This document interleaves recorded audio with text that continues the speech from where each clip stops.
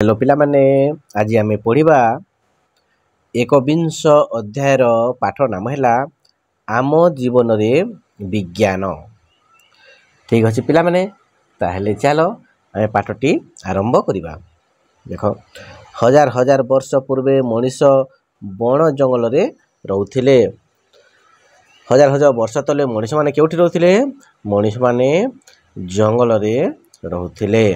जंगल रे बुली बुली फलमूल संग्रह ओ पशु पक्षी शिकार करी खाउथिले। से माने जंगल रे बुली बुली गछर फलमूल खाउथिले ओ पशु पक्षी को मारी से माने ता मांस खाइकी दिन बिताउथिले बा जीवन यापन करथिले।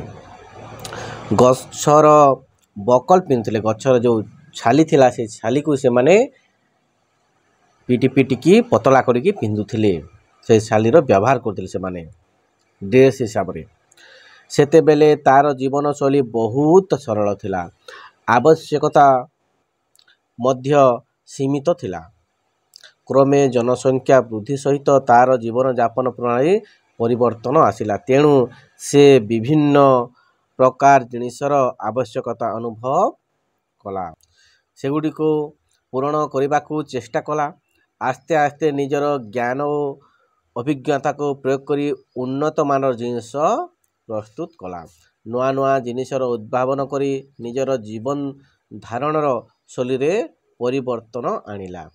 आजिर मनीष से समस्त क्षेत्र रे चरम उत्कर्ष देखाउछि और बहुत विस्मयकर जिनिस प्रस्तुत करुछि।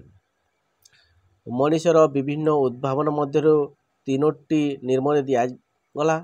एगुटिक मनीष व्यवहार करी सहज और सुख सुंदर जीवन यापन करि पारुछि।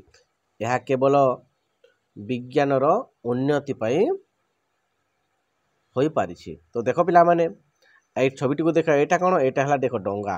ए डोंगा मनीष तैयारी करिछि एवं ए डोंगा रे कोन करंती? ए डोंगा रे नदी पारेरु से पारे को जानती पानी रे ए डोंगा को व्यवहार करती। बुझिलो? टीवी देखो आमे अनेक समाचार देखि पारो। टीवी माध्यम अनेक जिनिस आमे दूर जिनिस माने जानी थाउ कोठी कोन हला कोन हेउछि घटना माने सब आमे देखि थाउ। टीवी माध्यम रे जानी थाउ। पानी जहाज रे आमे देश विदेश को जाई थाउ। एरा देखो पिला माने एटा हैला धान बुणा यंत्र। देखुछ ना एती धान बुणा जाई थाए। एता हैला अणुवीक्षण यंत्र। से आमे सब परीक्षा माने कराई छे। रक्त परीक्षा मलमूत्र सब परीक्षा से आमे कराई थाउ ए अणुवीक्षण यंत्र रे। एटा को ललठन। ललठन हम कोन करथौ? एथिरे किरोसिनी डाली के आमे जलाई थाउ। एथिरे आमे अंधार रे आमे आलो पाई थाउ ललठन माध्यम रे। ठीक अछि। आगु देखो ए छबिटी को एटा रेडियो देखिलो। एटा देखो एटा हैला टेलीफोन। एबे सिना वर्तमान मोबाइल आइछि। आगे काले कोन थिला? ए टेलीफोन व्यवहार करथिले। ए देखो औषध कैप्सूल औषध रा देखो। एटा कोन? एटा हला कंप्यूटर। एटा को साइकिल देखुछो। एटा हला हल रंगर करछंती। एटा बस। बस गाड़ी के बैठो पिला माने हाथ टेक समस्त बसी थिबो ना। आ देखटा चित्र गुडी को देखो केउ क्षेत्र रे आमे एही जिनिस गुडी को व्यवहार करि थाउ। देखो पिला माने चित्र देखो आमे केउ क्षेत्र रे केउ जिनिस का व्यवहार कर सेटा आमे एही सारण आमे लेखिबा। देखो जोगाजोग पाइबे कोन व्यवहार करथाउ? टेलीफोन दूरदर्शन रेडियो। गमनागमन पाइ आमे साइकिल व्यवहार करथाउ। कार बस बाइक इटा आमे जीवा आसिबा आमे व्यवहार करथाउ। कृषि पाइ कोन करथाउ? आमे देखो ट्रैक्टर व्यवहार करथाउ। धान बुना यंत्र व्यवहार करथाउ आमे। बुझिलो? मोटर पंप व्यवहार करथाउ।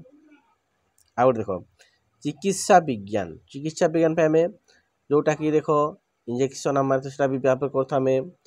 एही अणुवीक्षण यंत्र व्यवहार करथाउ। बुझिलो? एटा सब एथिरे लेखिबो सारणी माध्यम रे। आजिकाली पाठ पढ़िया पाए विभिन्न प्रकार जिनिस उपलब्ध हेलानी। पूर्व काल रे ए सबुर सुविधा नथिला। लोक माने माटी उपरे लेखि लिभाई देउथिले। परे पत्थर रे तालपत्र रे लेखिले। क्रमे लोक माने कलम को काली रे बुड़ाई एवं परे कलम रे काली भरी ଲେଖିଲେ। ଏବେ ସାଧାରଣତଃ ତୁମେମାନେ ଡଟ୍ ପେନ୍ରେ ଲେଖୁଛ, ସେଥିରେ କାଲି ପୁରାଇବାର ଆବଶ୍ୟକତା ପଡ଼ୁନାହିଁ।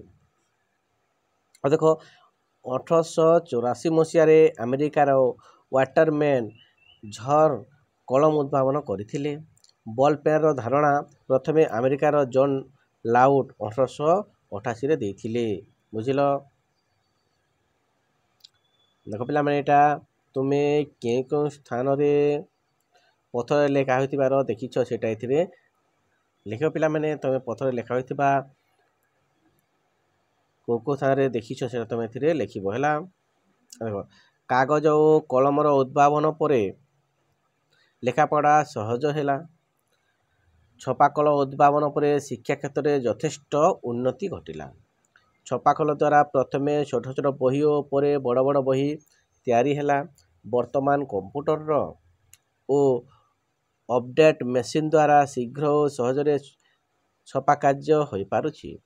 ତୁମେ ଓ ତୁମ ସାଙ୍ଗମାନେ ଘରୁ ବିଦ୍ୟାଳୟକୁ କିପରି ଆସୁଛ? ଦେଖ ପିଲାମାନେ, ତୁମେ ଯଦି ବିଦ୍ୟାଳୟ ଯାଇଥିବ, ଯଦି ବସ୍ ଥିବ ବସ୍ରେ ଆସିବ, କିମ୍ବା ସାଇକେଲରେ ଆସିବ, କିମ୍ବା ବାଇକ୍ରେ ଆସୁଥିବ। ଏଠି ତୁମେ କେଉଁଠି ଆସୁଛ ସ୍କୁଲରୁ ସେଇଟା ଏଥିରେ ଲେଖିବ।